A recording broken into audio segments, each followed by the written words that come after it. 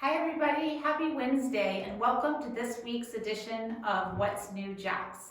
Today we are here with Kenny Krey with GunnChamberlain, and he's, what I would like to say, going to talk to us about the boring stuff. I mean, boring for me, but I know, Kenny, it's not boring for you. All things taxes, what's happening with real estate and taxes, and then he's just going to let us know a little bit about overall taxes and things to look out for when you're doing your taxes for 2021. And as of right now, Kenny did say that taxes are due on April 15th, which is a Friday, and no COVID extensions that have been announced at this time. So Kenny, what I want to first kind of focus on is real estate and what taxes are important to look out for, and what savings when you sell a property, when you sell your primary residence, and then what savings can an investor get if they're selling one of their properties? Sure. Yeah, so when we're talking about selling properties, it's very important that you're keeping adequate records.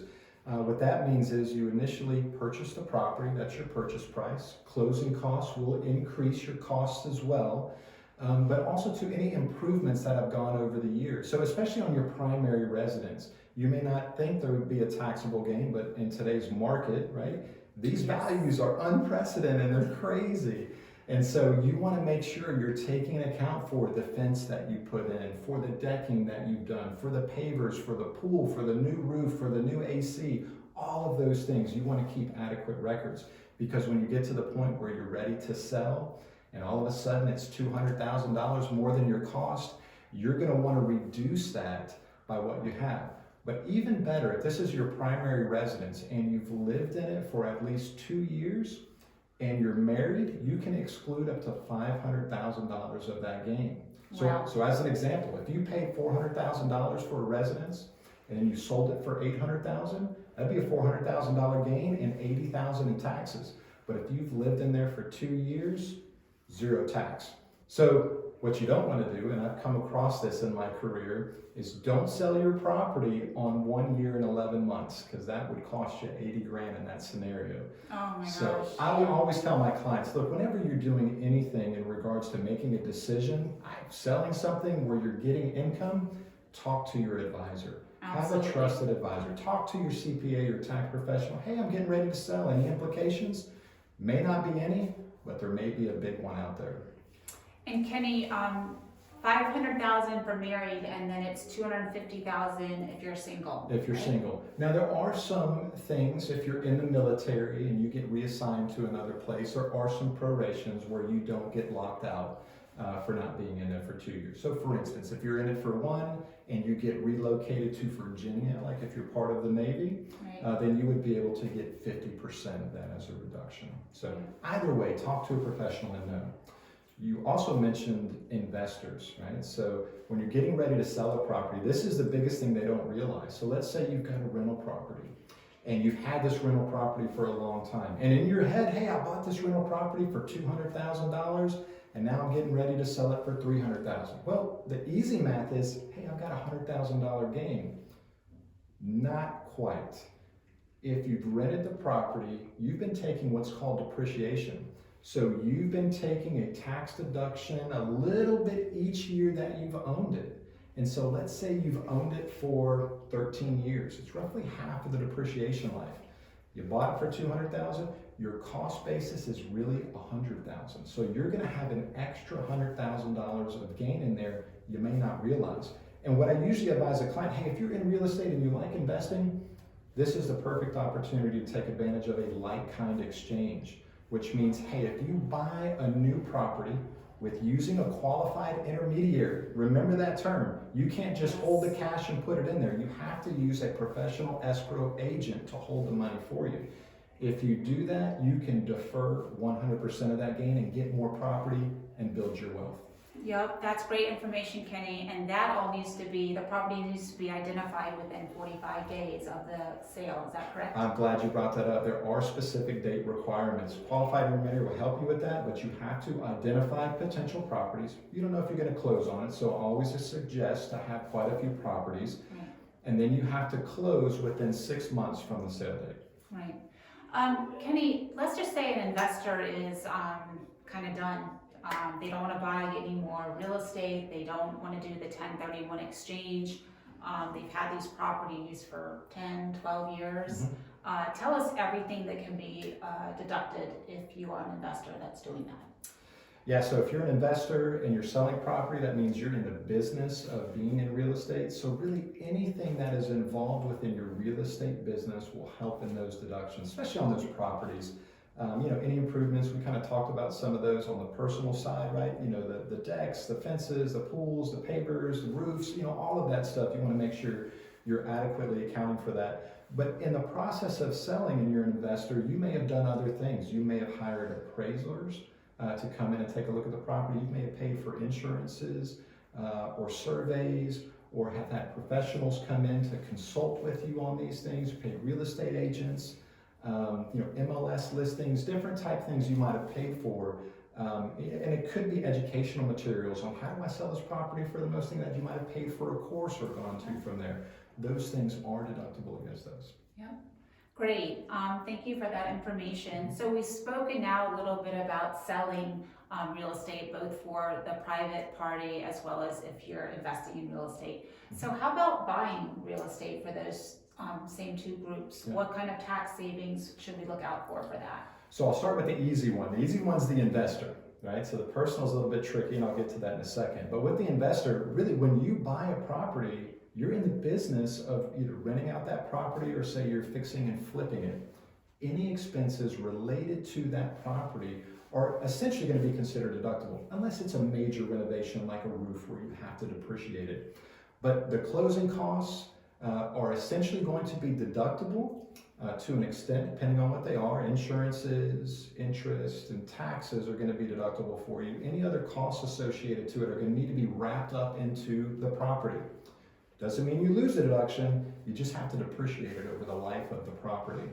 Other expenses, like we talked about appraisals, maybe some consulting fees, insurances, termite bonds, all of those things are going to be deductible for that property.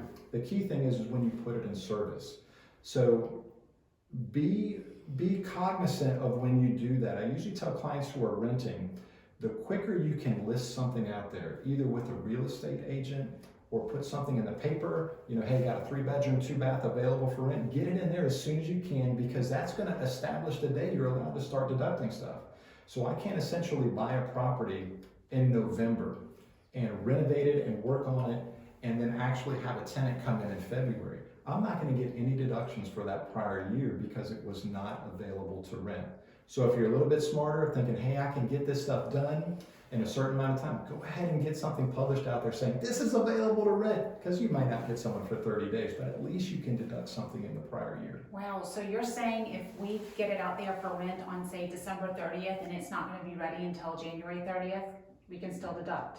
You can still deduct. Granted, no, it's got to be in service and ready to go and advertised for tenants to come in. Right.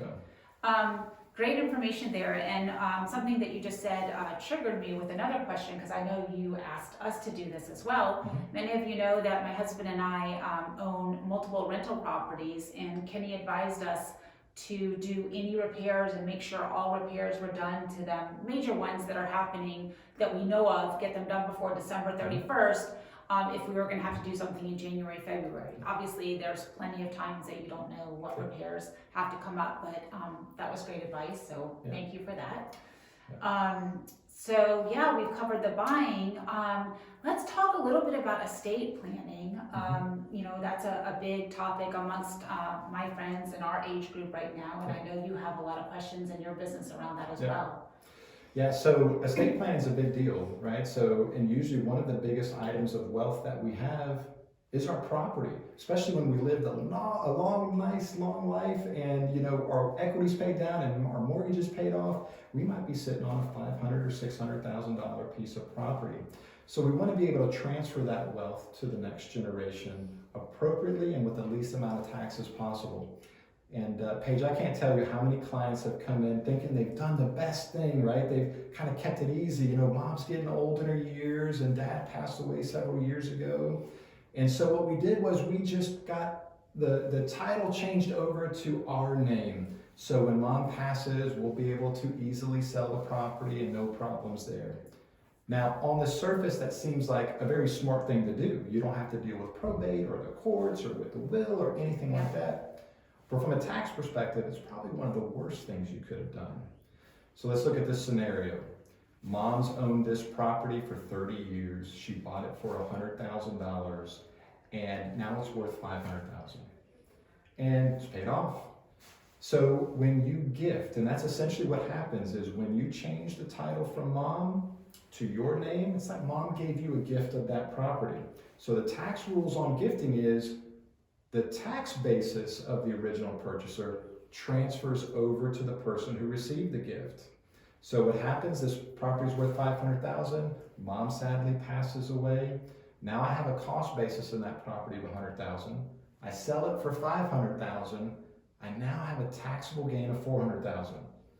Easily could be upwards of $80,000 of tax.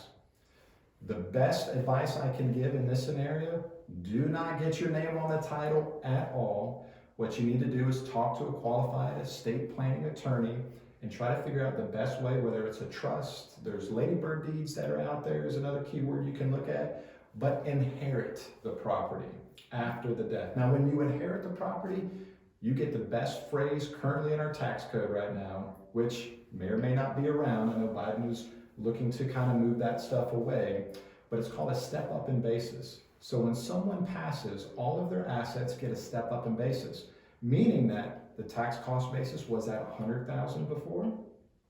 At mom's passing, the property's worth $500,000. The tax cost basis now goes up to $500,000 to the beneficiaries. So mom passes, we receive her property in the inheritance, we sell it the next day for $500,000. Well, I get the step up in basis of $500,000. Gain is zero and zero taxes. So a simple thing of talking with an estate planning attorney before, doing some good Google research and saying, I'll get the title moved over. Again, have trusted advisors and speak to them. And these are things we do at GunnChamberlain. Of course. One more thing about estate planning that we were just talking about earlier is that it's one thing that mom passes away and you inherit something, but we also all need to be thinking about our own personal estates. And one of the things that I asked, Kenny, right off the bat was how do we, especially Elon and I, avoid probate, because we do own a lot of properties. And the simple and easiest way is to open up a trust. And again, you need to contact an appropriate attorney who handles trusts. But all of you out there who are thinking, how do I get out of probate? The only way is to have it in a trust.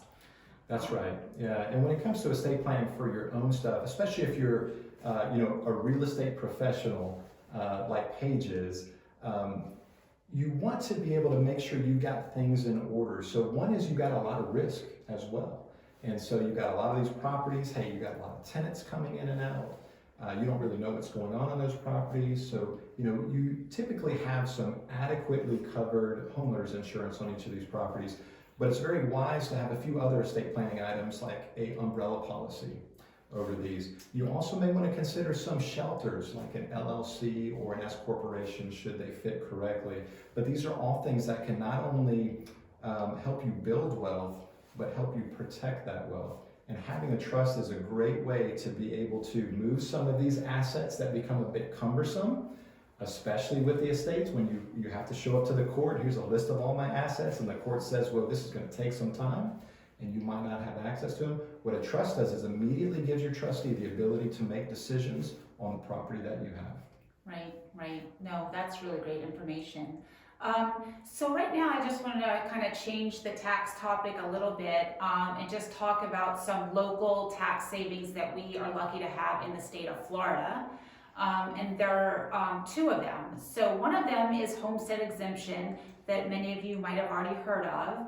Homestead Exemption is an additional $25,000 off of your property taxes.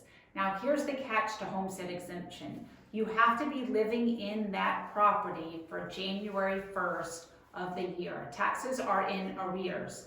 So to qualify for Homestead Exemption, the property has to have been under homestead exemption from who you bought it from. So if you're buying it in March of this year and it's currently homestead, then you will continue to get that, and you will need to file homestead exemption January 1st of 2023. You have to live in the house January 1st of 2023, and here's the deadline. The deadline is March 1st of every year, and that is for homestead exemption, and that saves you money on your property taxes.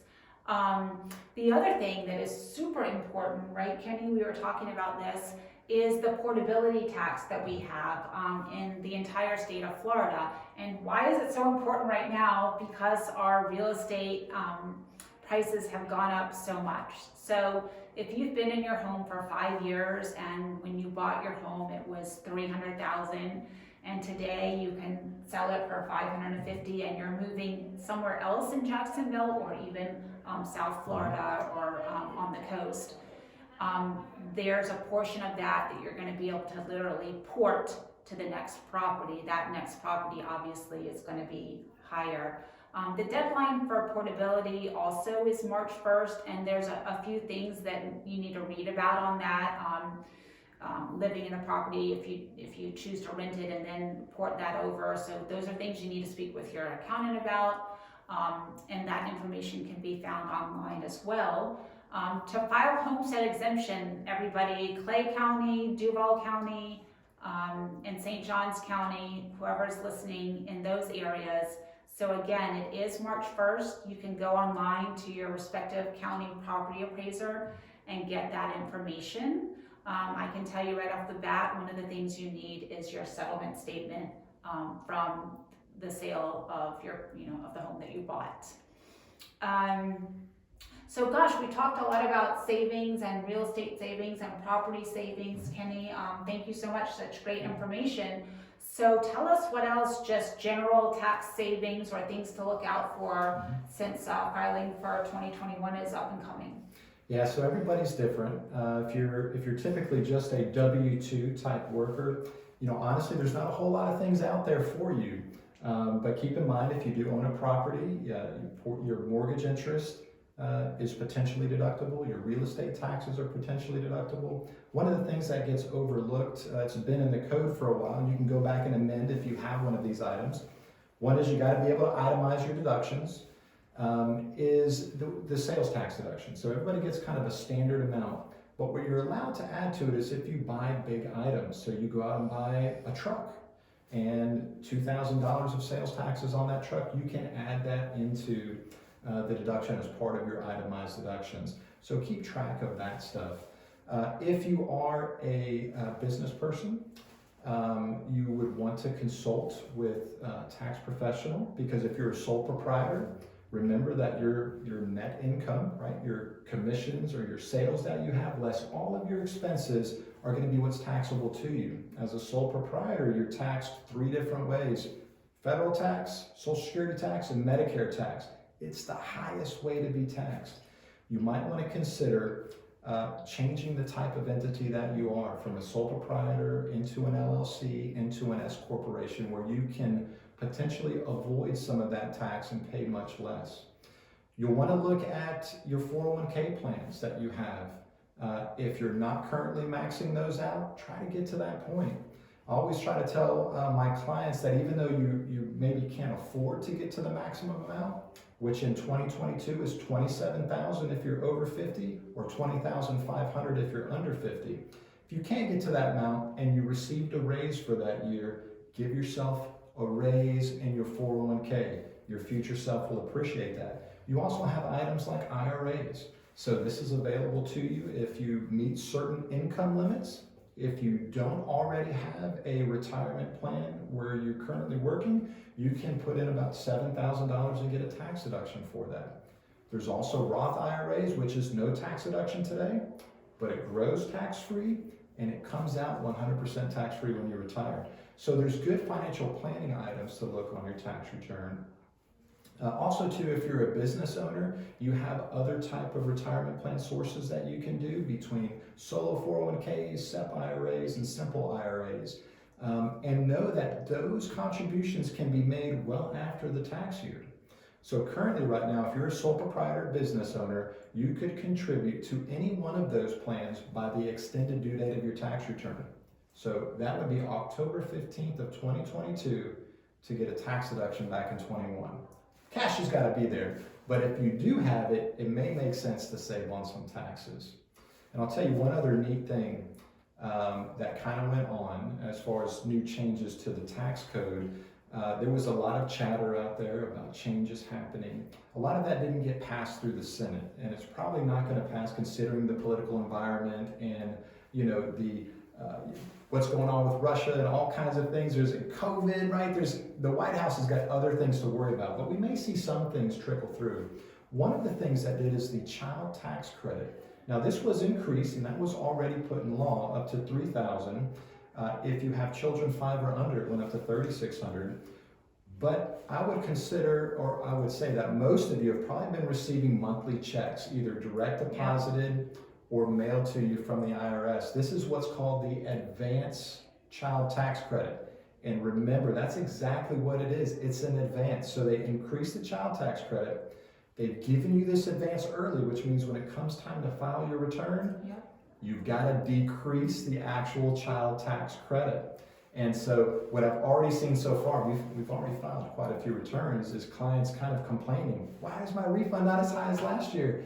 Well, it's because you've received half of your child tax credit early. So just remember that when you're filing. Right. Thank you. Thank you for that information, Kenny. One thing that you said in the beginning of that topic regarding if you buy a car or a truck triggered me. I just want to do a big shout out to any real estate investors or realtors out there. If you have an investment property that you're driving to for repairs or to show it for a new tenant, don't forget to log those miles and make sure that you give those miles to your accountant at the end of the year as well for deductions. That's right. And all you realtors out there, you probably already know this, but make sure that you're calculating how many miles that you drive all year round, and those are going to be tax deducted as well. That's right. So we are super glad that you joined us today, and it's been a wealth of information. One thing I just wanted to kind of ask you, Kenny, is I know you because you helped me in my real estate business. You've opened up my S-Corp PA account to help us save taxes, which is great. You've helped us with our rental properties, and you were referred to us. So any of you realtors out there that want someone to look at your taxes or investors, he's definitely the guy to go to. However, Kenny, what other tax specialties should people come to for? Tell us what else you do tax-wise. Yeah, so at GunnChamberlain, we have about 30 employees and 7 partners, so we're very well-rounded. We really consider ourselves on the higher end of understanding and knowing the tax law, as well as consulting and being proactive with our clients. So it's one thing to do a tax return. There's a lot of good softwares to do that, but there's a different thing when you have the planning involved to allow the clients to be able to make the best decisions that they can in advance, right? So they understand and know what's available to them and really have no surprises at the tax time. Right. We do have, for some of the business owners, if there's any bookkeeping or outsourced CFO type services we provide. And we also do financial advising. So we did talk a lot of things about, estate plans and what to do with that thought. So we do wealth management as well as financial advisory services. That's great. Yeah, I forgot about the financial planning part. So I have a little bit of tidbit information. I don't think Kenny really wanted me to share, but he didn't say I couldn't. So all of you who have been listening thus far, when you see our original post, it's going to say, if you listen to the end, then you're going to win a prize if you answer our question. So when I first visited Kenny's office, when Elon and I did a couple of years ago, there are baseball bats hung all over the wall. So in 1993, Kenny played baseball for UF. Go Gators. Go Gators. If he was going to tell me he played for Florida State, sorry, Ariel. I don't know what. I might have had to make some decisions there. And then after he played 1 year at UF, then he played for Troy State in Alabama. And he was inducted into the Baseball Hall of Fame. Yay, congrats. And you were shortstop. Shortstop, yep. All right, that's so awesome. And he also told me that every once in a while he gets one of his cards sent to him for a signature. So a little birdie told me that if you have any of his cards around and you're listening to this, that there's a way that I can get his signature on it. So definitely reach out to me and I will make that happen. Once again, it's Kenny Krey here with GunnChamberlain. How can we reach you? What number? So the office number is 904-296-2024. And our website is GunnChamberlain.com. That's awesome. And I'm so glad that we had you here today. And thank you for all of the wealth of information and pouring into myself and Elon and everybody out here who might be listening. I hope you guys enjoyed today, and we'll see you next week on What's New Jacks. Have a great day.